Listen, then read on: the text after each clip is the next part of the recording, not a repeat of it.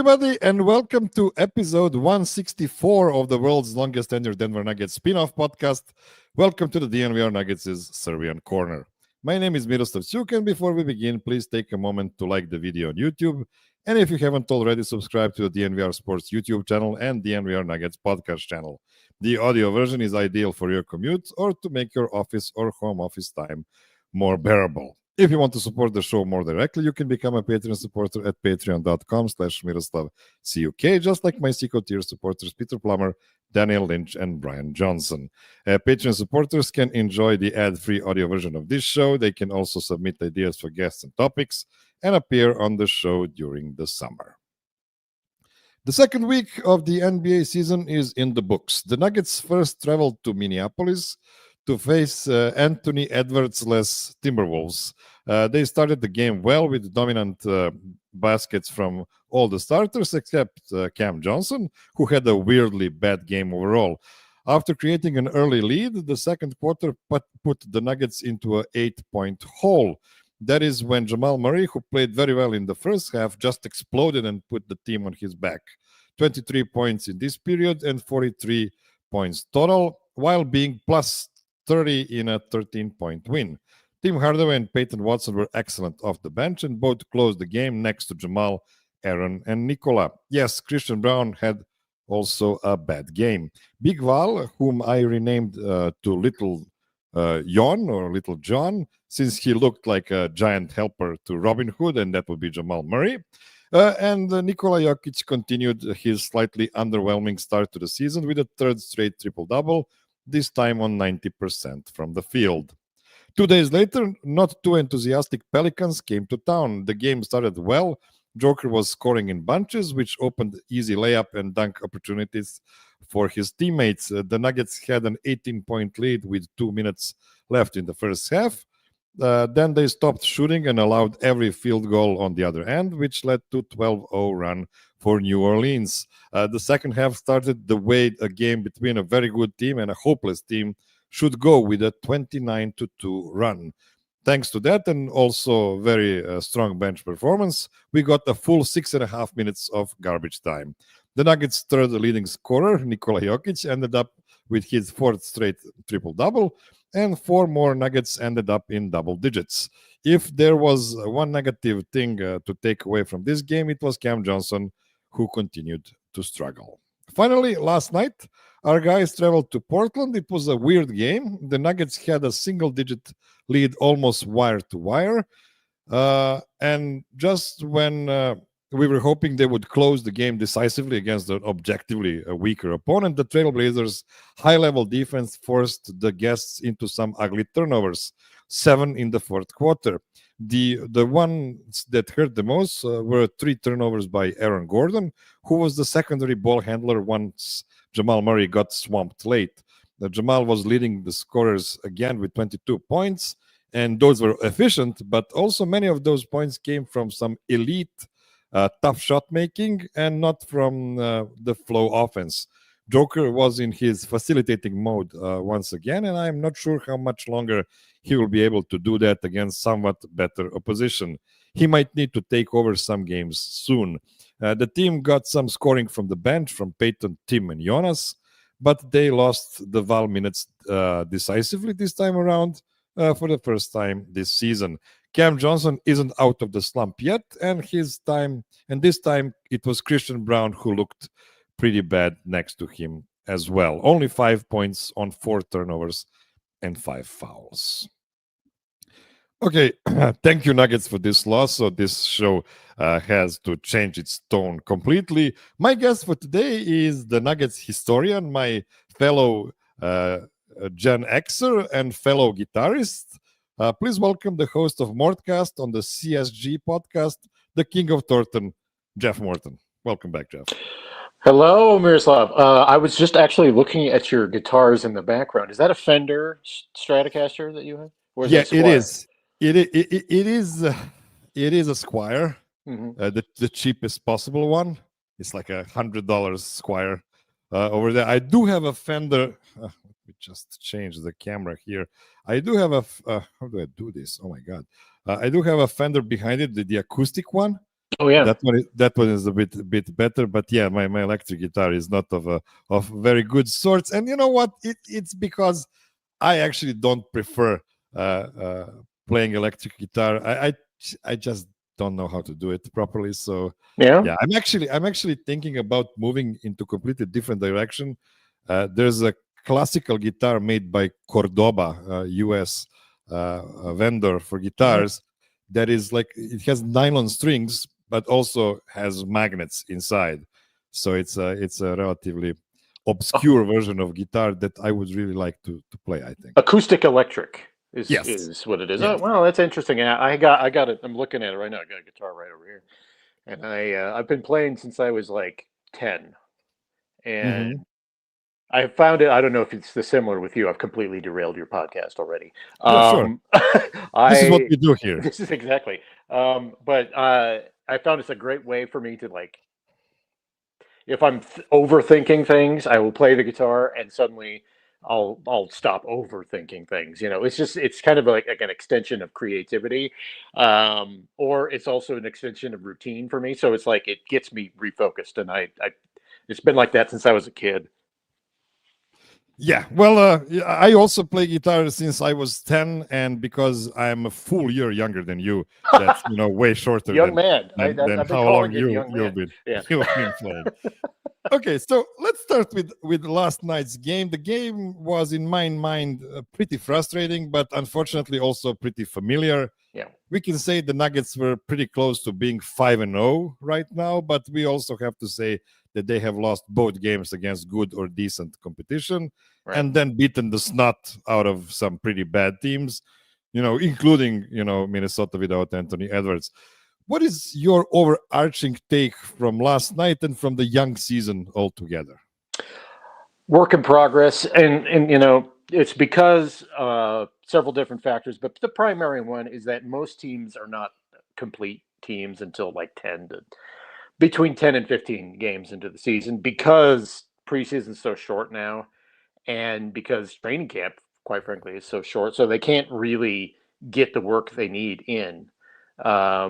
And I think that part is what I'm looking at, is like how it's just going to be an evolution, and trying to figure out who they are, and quite frankly, their identity outside of the usual Murray Jokic thing. I think that's what we're seeing right now. Is it's just like confusion, but there's also some stuff going back to last year that are still there that really concerns me. I think you too. Yeah, well, I think the first thing that is a big change from Michael Malone era to this era here started immediately when Michael Malone was fired, because we could have seen the Nuggets just moving a bit away from playing everything through Joker. Like from that moment on, the idea was, okay, let's see what other guys can do. Let's give other guys the ball in their possession and just try to make plays. Of Right. course, in the end, everything will go through Joker and Jamal. But I think we are seeing much more from the other guys. Everybody's screening now. Everybody, it's more dynamic type of offense. So I was really excited before this last game. I thought we would gonna talk today about how great this team already looks like only 5 games in, but of course, as it goes with the Nuggets, not so fast, hombre. Yeah. They don't like keeping up with the positivity. They got to bring it down a little. Yeah, but as I mentioned, the biggest difference is the addition of David Adelman. And one thing I like about his approach, and we've seen that in the Minnesota game, is that he decided to close the game with a 5 that was much different than the starting lineup. He replaced both CB and Cam Johnson and brought in Tim Hardaway and Peyton Watson. You know why? Because those guys played really well in that game, and he was feeling the game, and he did it. And I have a lot, and I mean a lot of respect for my friend Adam Mares, but he said, like, there's a fine line between the fixed rotations and the going with the flow during the game, that you need to hit just right in order for your team to play. And I just don't agree with that, because I think fixed rotations are just a lazy approach to basketball. And Joker mentioned that on the press conference. He said that it was kind of European, the way they switched things up to close the game with different squad. And I would even add to that, not European, it's mostly un-American what they did, because he wasn't thinking about the agents of players who they promised minutes to. It was just like, these guys are playing well for me, and they're going to close the game. And that was a good decision. In contrast to what happened last night, I thought he should have done pretty similar last night, but alas, he moved back to his starters, possibly because he got some whispers from the locker room. I don't know. What do you think about that whole shtick about actually coaching versus catering to your star players and thinking about all the other aspects of NBA life?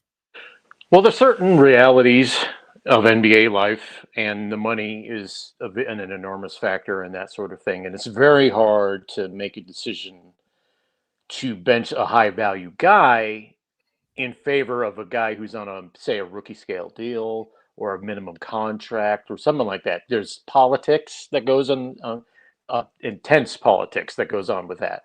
And then there's locker room hierarchy and all this stuff. And, it's interesting because coaches in Europe, and I'm sure you know this, have a lot more control over a team than you do in the NBA. It's just kind of the dynamic of power is heavily tilted towards the players. And that's why they focus so much on locker room harmony.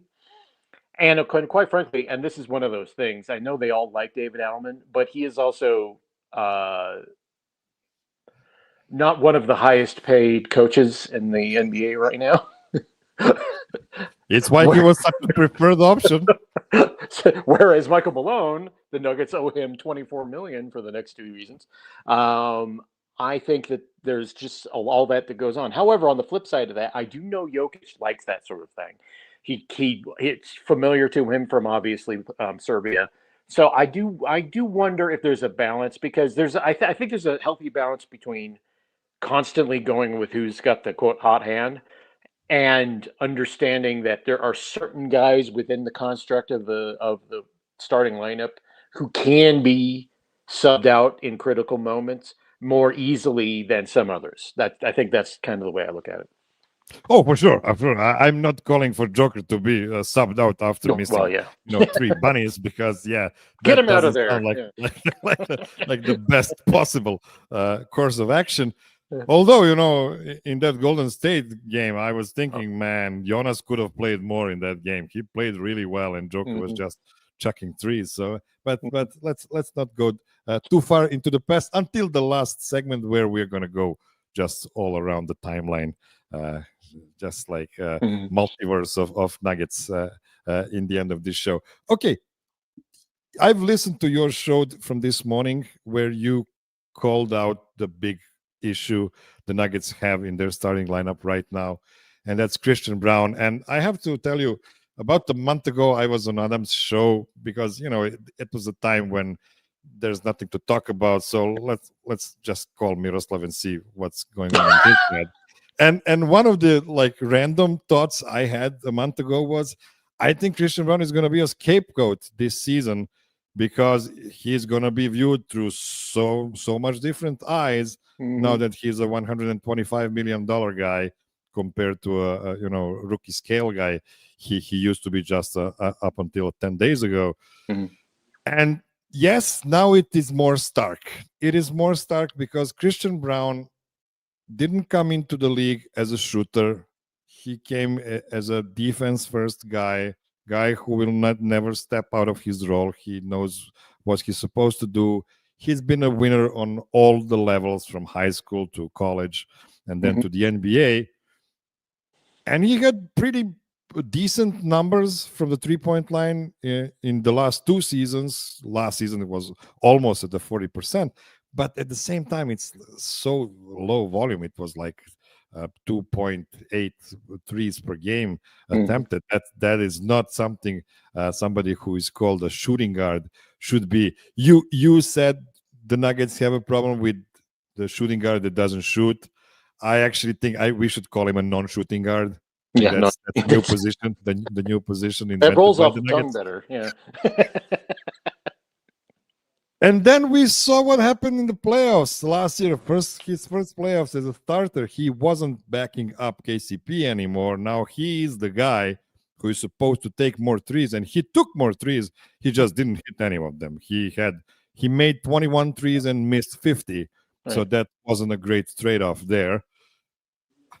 What is the Nuggets' course of action here, really? You think he should shoot more threes now so he can be prepared? Yes. Later on. Oh yeah. That's one of Christian's biggest issues, is that there's a combination of not shooting threes and then not hitting critical ones. But I think this is the way I look at it. It's more to me about, and I said this on the podcast today, you have to have a reputation in the NBA in order for them to guard you, particularly on the perimeter. You have to have, because Aaron Gordon still does not get guarded on his three-point shots, despite him having I think he was shooting almost 40% last year from three, I think is where he was. Yes. And I think he still doesn't get guarded because it takes time to build a reputation. And you do that by shooting more volume and becoming a threat, consistent threat. And my problem with Christian is that he's not doesn't make himself available as a perimeter threat. And I said this on the podcast, it's predictable, his drives. He gets the dribble handoff from Mitch. He goes to the left, goes to the right, and then he drives. Goes to the left, goes to the right, and drives. And it is like so predictable what he does. They know he's not going to shoot a three. So what that does is collapse the spacing. And everyone, Christian's guys, like always at any point, 3-4 feet into below the 3-point line when Christian's out there on the perimeter. And because they know that even if he does shoot, the chances are it's not going to go in. So it's make it easier for Christian's guy to go try to double team Jokic, and then have a guy. It makes it easier to front Jokic when you know there's a guy who's going to be coming from the weak side really quickly because he's already well inside the arc to double team. It's just makes it so I call them the Jokic rules so easy, and that's what's frustrating to me. Yeah, and last year they had Russell Westbrook there too, as like one of 4 healthy guys in the playoffs. So it looked even worse. Let's take a short break because I want to continue talking about Christian. Don't go anywhere.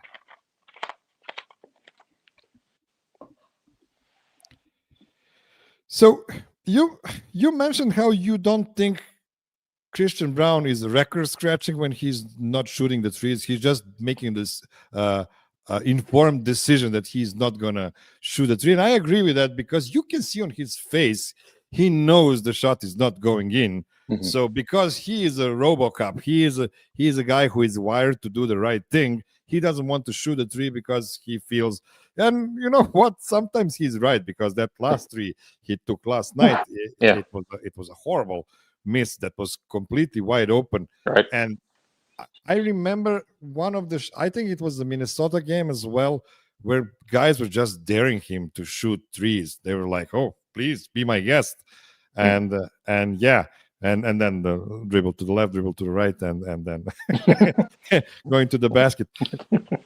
So now we have this starting 5 with Joker and Jamal, and you're supposed to stretch the court around them. You have Aaron Gordon, who's been a very good shooter in the past season and change, but at the same time, people are still not giving him any. They just don't look at him as a shooter. This is why he made 10 threes against Golden State. Most of them were just wide open. Wide open, yeah. Nobody's is having any problem with him shooting. So now we have 2 guys we're not sure that are stretching the court. And then you get Cam Johnson. And Cam Johnson came here as a good shooter, a very good shooter, around 39% on pretty good volume and all that, but he now needs to settle in this starting lineup, and he's not doing great. Mm-mm. How would you compare your level of stress about Cam Johnson and Christian Braun right now? With Christian, it's the stress level is high because I'm annoyed at him. With Cam, I am pretty relaxed because I think he'll settle in. He's a smart guy, and I think there's a little bit, people don't understand this. It takes a while for American players to get used to playing with Jokic. It's just a process of rewiring your mental headspace, because all American players are used to dealing with a ball dominant guard. And that is a completely different set of circumstances. And getting used to Jokic and how it makes it easier, but it makes it almost an intimidating sense of ease, because you're not used to what he is able to do for you. And a lot of guys don't want to mess up. And I think that's where Cam Johnson is with the mental headspace. He doesn't want to mess up, so it makes you afraid of these great shots. You know, say what you want about Michael Porter Jr., he was not afraid. I mean, that guy, he was going to go. And sometimes you need a guy who's just going to have that, chucker mentality. And I don't think Cam is like that. He wants to make the right play, and to his credit, he does other things. But it will get there. It's just, I think he's in his head about Jokic. And once he gets out of it, he'll become that much better and much more dangerous, because he can do a lot more things on the court than Michael Porter Jr. could. It really does feel like everybody feels the significance of their time on the court with Joker, and that they're not supposed to mess up those minutes, because they do understand that can be the most lethal five on the court at every time. One thing I hate about people talking about any sport, really, it's not just basketball, is the recency. It's the confirmation bias. Right. So I came into this season saying I think Cam Johnson is going to work great, because he's an intelligent player, he's a good shooter, he is a better defender than Mike, and yada, yada, yada. Here's the thing. I don't have any confirmation bias. I'm going to get more nervous with each game he doesn't look good. Yeah. This is the way I'm wired. I am willing to be wrong about my initial thought on him. Of course, I'm hoping I will not be wrong, not because I want to sound smart. It's just I root for the Nuggets and I want good things for them. How about Aaron Gordon? How worried? And before we go to Aaron Gordon, one thing about Christian Braun.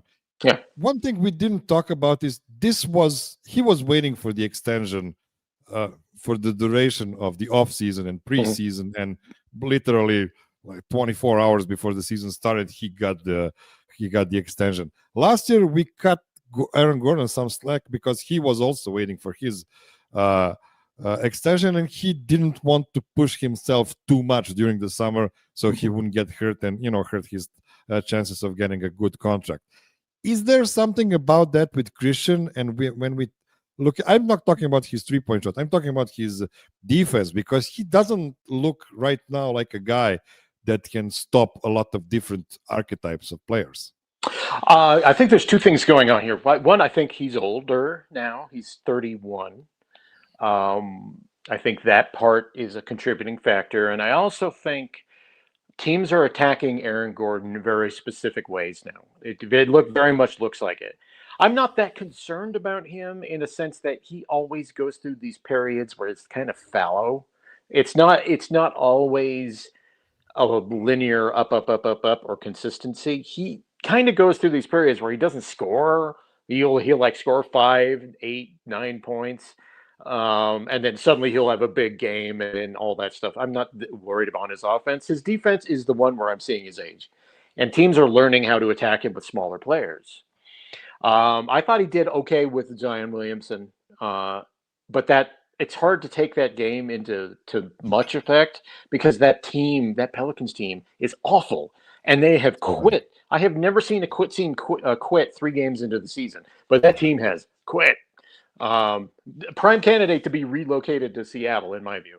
But anyway, they have issues. But I thought Aaron did good on Zion, and he's a strong, big player. That's who he needs to be guarding.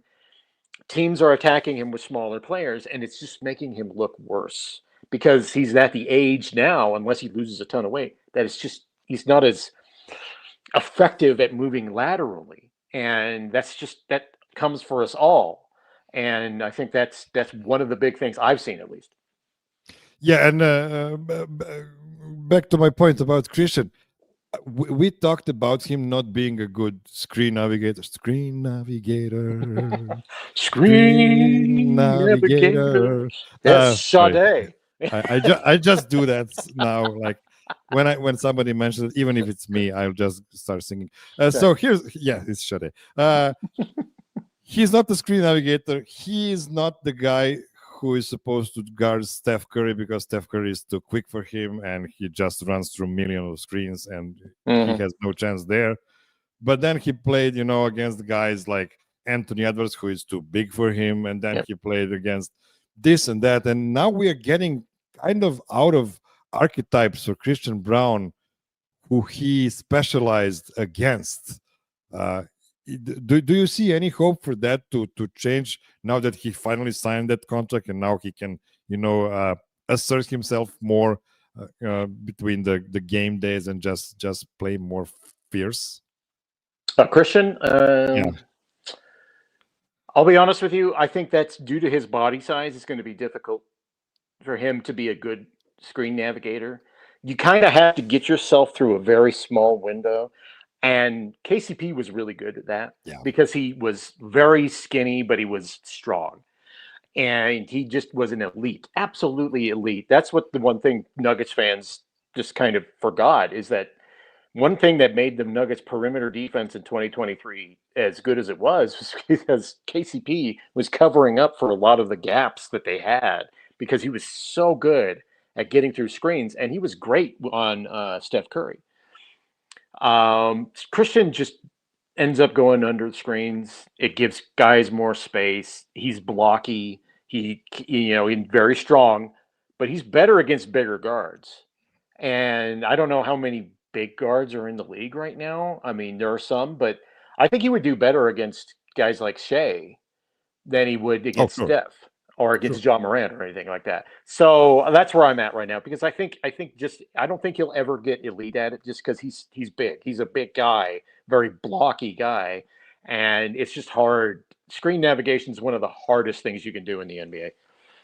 Oh, by the way, Shea is the one example where I do have confirmation bias because I said he sucks because Alex Avramovic took that ball from him in the World Cup.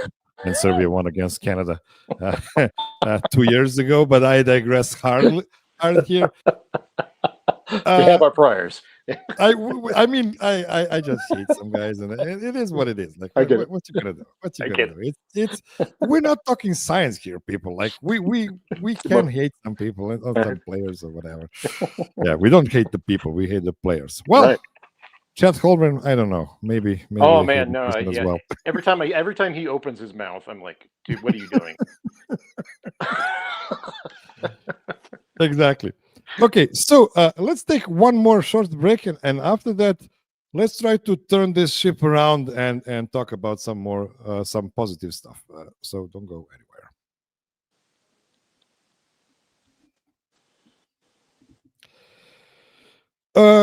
Yeah, I promised you Joker.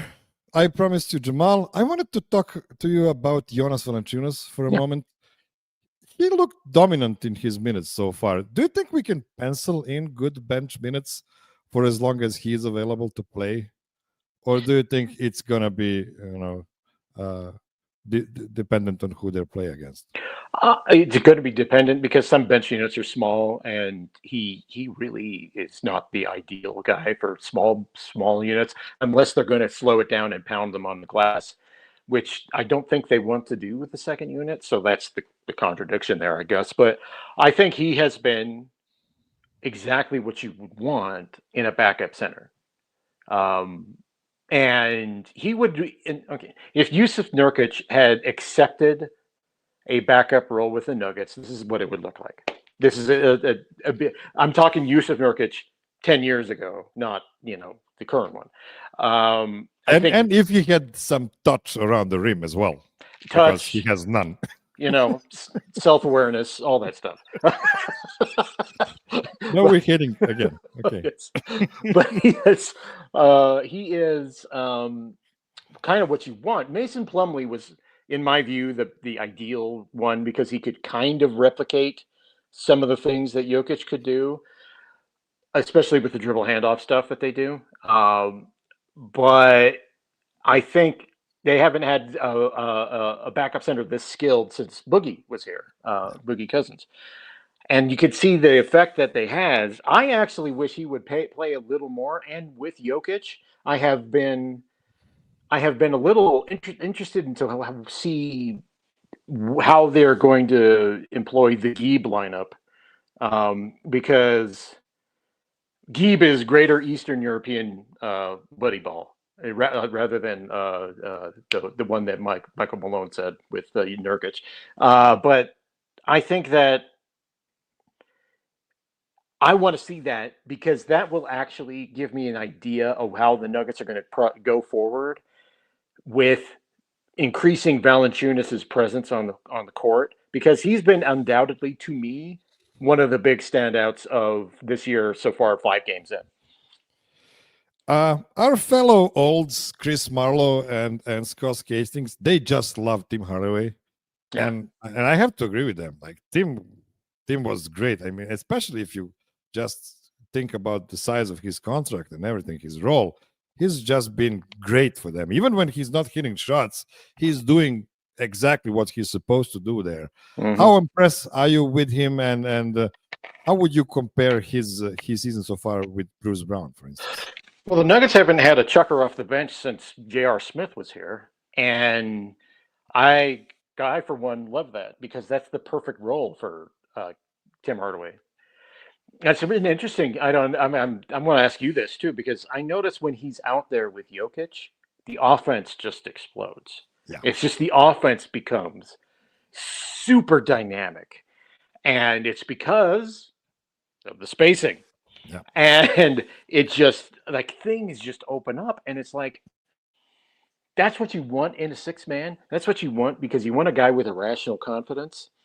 And that's been another thing, or much like the Valanciunas thing. That's been another thing I want to see more. Jokic and Tim Hardaway Jr. together, because I could see how that would work really well. And it's been frustratingly brief this year. Yeah, I agree with you. And if you compare it to Jokic KCP duo, I think the offense is even more dynamic. The defense is obviously not as good as it was with KCP, but the offense, man, that guy can put up 8 threes in 10 minutes if you just give him a chance. Mhm. So yeah, that's been a really nice dynamic so far. Okay, let's go to the big guy now. So he started the season chucking threes against Golden State, and he was a bit better next game. He had 4 triple-doubles in a row. I guess that's pretty good. At the same time, he looked really grumpy. Was it against Minnesota? I don't even remember which game it was. He looked like mad that he has to play. And actually, that was game 2 against Phoenix, I think. Phoenix, yeah.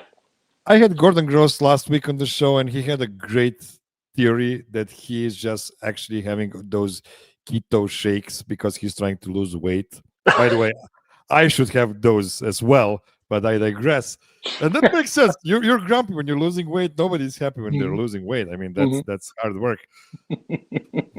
How do you feel about his start to the season? And are you worried at all about him just not taking more than 10 shots per game in this early part of the season? Jokic does this, and I see it all the time, so I'm not worried about it. I think he is just sometimes, and this is something that I just getting to know Jokic since he came in 2015. He has these times where he wants to prove a point. And I think this is a kind of point proving Jokic. And so I think he is trying to get everyone involved outside from him. But I do think that there is something that bugs him about the NBA. Especially, it always comes in after he plays in Europe. It's the reffing and what they're allowed to do to him. And it gets him. And I think the more it just becomes less accountable, the more grumpy he is, and the more he tries to make points by not shooting, or I mean, like going one half with one shot, or I think it was what was it yesterday? Was it yesterday? He only had was it the game before? He only had one shot in one quarter, Yeah. and it was like I think he just has that mentality, and he will work his way out of it, and then he'll get back to regular, what we know of Jokic. But I think there is something in his brain, and I do think this, in my view, this is what I've seen. The officiating's bugging him, and more than usual. And I think there is changes the NBA made this offseason to some rules and enforcement that really, I think, got under his skin. You saw him. Remember that video of him talking to refs when they came in. I think it was training camp. Yeah. Talking to him about various things, and you could see how animated he was. I think he really cares about that, and I think that gets to him because after the end of that Golden State Warriors game, it was what was happening in the playoffs where they were just pounding on his arms and pounding on him just repeatedly, and you could see it in the next game how after he got that question about you shot a bunch of threes, well then. Suddenly he didn't shoot but once and a half, and that was only because he had to. So it was like, I think that it's weighing on his brain. That's the long story short. I think it's getting to him. So I have to ask you something because you've been following the NBA for the past 80 years. So I have to ask you: is there a historical precedent of like the best player in the league actually making a change on what the refs are calling and what they're not? Is it just a futile battle he has with the refs right now, or is it possible that in the end he and the Nuggets as a collective might move some things into their direction? Well, as far as getting it changed positively, that rarely happens. But I can tell you that negatively it's happened, and the big example is Shaquille O'Neal. Mm-hmm. The refs could not ref him. They couldn't ref him. They fundamentally altered the future of the NBA by taking away defensive illegal defense and replacing it with defensive 3 seconds, and also really limiting hand checking to unclog the paint. Is essentially why they did it. It's because they couldn't ref Shaq anymore. So they decided, well, we're not even going to try. And Jokic, by the way, is a victim of the Shaq rules. Yeah.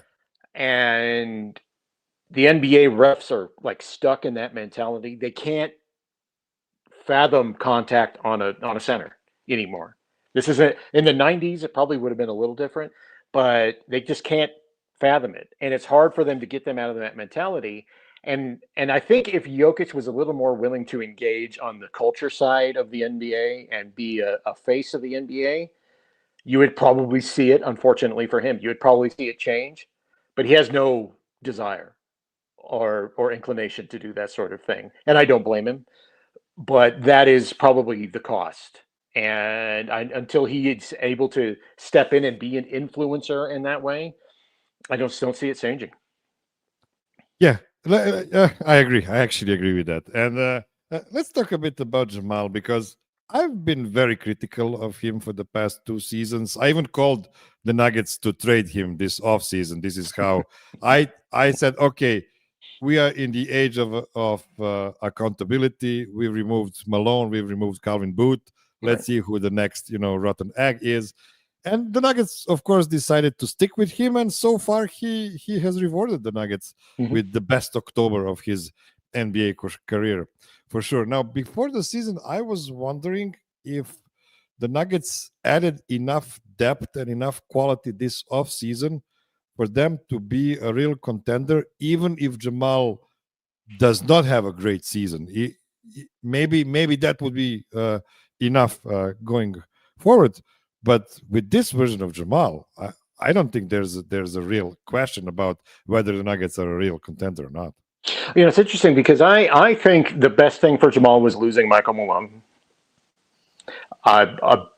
He was his protector, his security blanket, and more than any player, including Jokic, Malone was the guardian at the gate for Jamal. And as long as he was there, he would not suffer the slings and arrows. And I think that got to Jamal. I think losing Malone got to Jamal in a very productive way. And it has turned itself into now he's a little injured right now, and that's just the story with Jamal. But I do think that motivated him to come into the year and be a little wary about things and have a little edge to it, losing the guy that was his greatest ally in the organization. And I think that more than anything else has benefited both him and the Denver Nuggets. I have been extremely happy with what I have seen from Jamal and just how quick he's been and how just the complete opposite of the last 3 years. I mean, even back to the championship year, he started out that year slow too. So it's been a long time, and I think he is ready to go here in a way that really, really should make it exciting for Denver Nuggets fans. And it's so funny because even when you say he's so much quicker, and we agree with you, he's still not really quick. Oh, he's slow. He's just really, really, really talented. He is really a smooth operator, if you will, and he just needed that small spark of quickness to be able to shake the guys. And now he is he looks like a top 20 player again, which is all we can ask from him. So yeah, I'm really excited about Jamal's start of the season, and we just need to pray for his good health.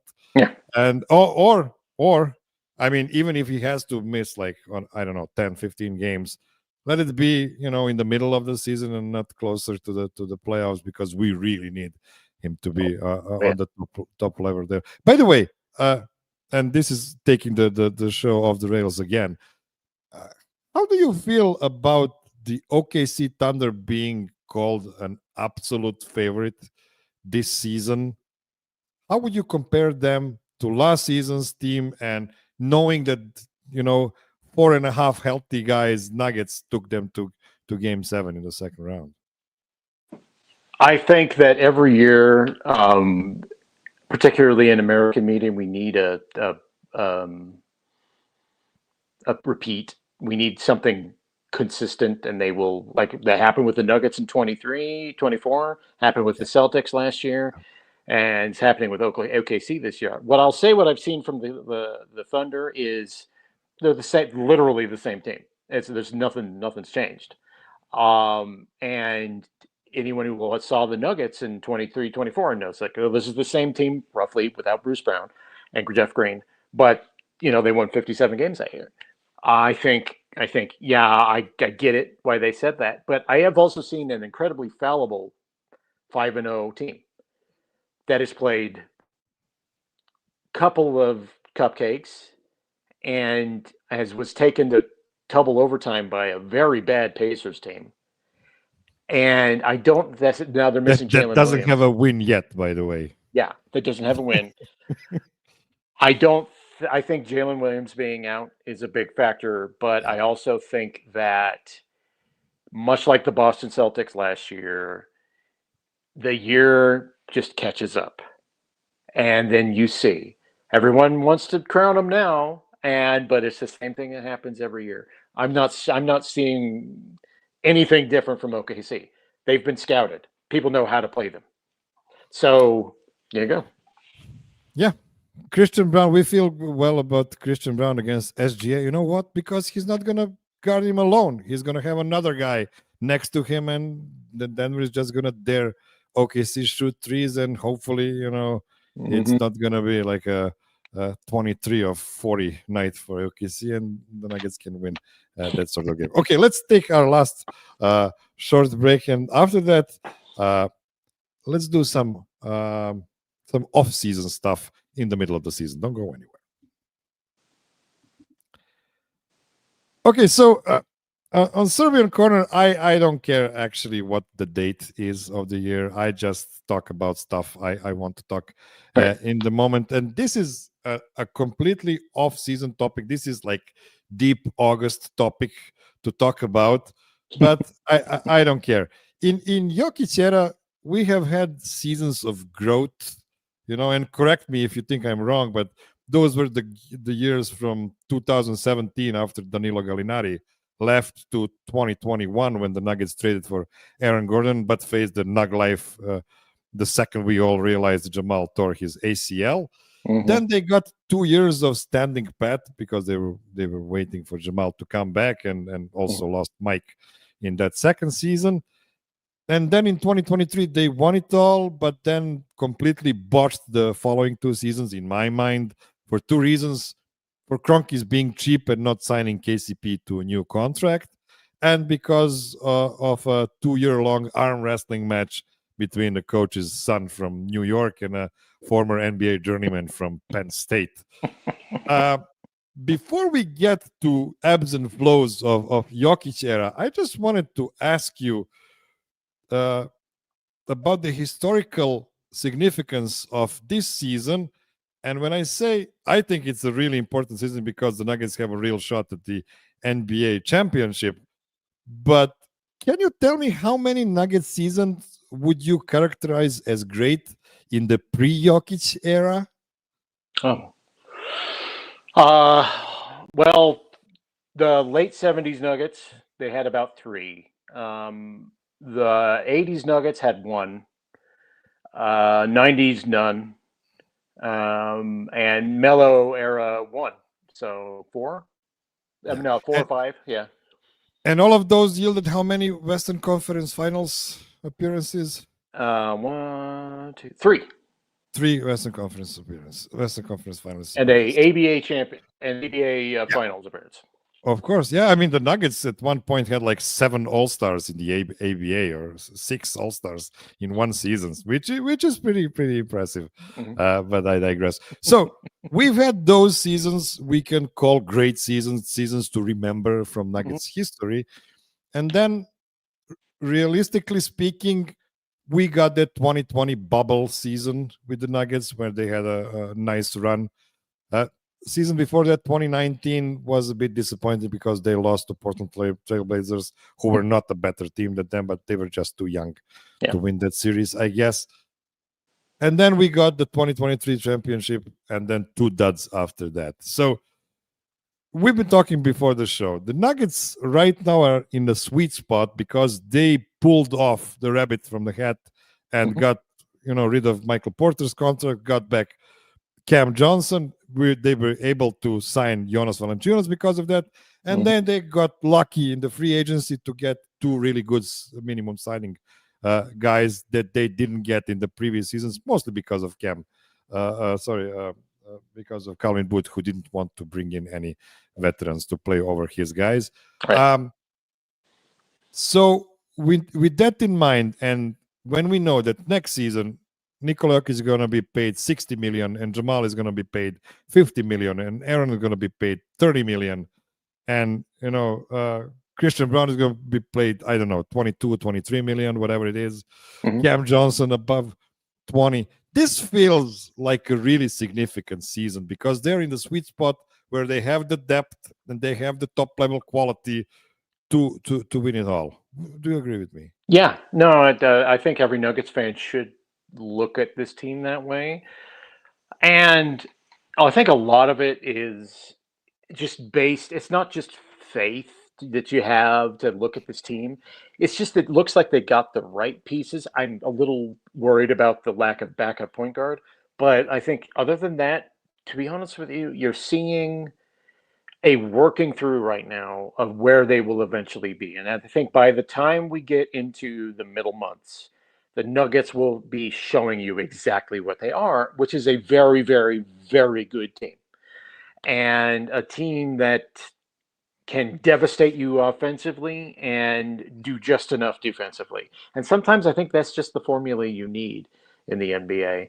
And I think the Nuggets did the right moves. And it's going to take some time, a little bit of time, a little bit longer of a time than people want it to be, because this stretch of the season is pretty easy. It's the middle of the season gets hard for the Nuggets, but I think if we look at it in total, by the end of the year, the Denver Nuggets will be among, at least regular season wise, among the best squads that they've had in the Jokic era, maybe the top. So this is a weird question because we agree how historically significant this season is. Should we, the talking heads that talk too much, honestly, about the Nuggets, should we be more critical of them because of it? Should we try to squeeze every ounce of cohesion and top level effort from them, or do you think we should approach it as every other season? I don't think they make decisions based on criticism, but I don't think they are unaware of it. Yeah.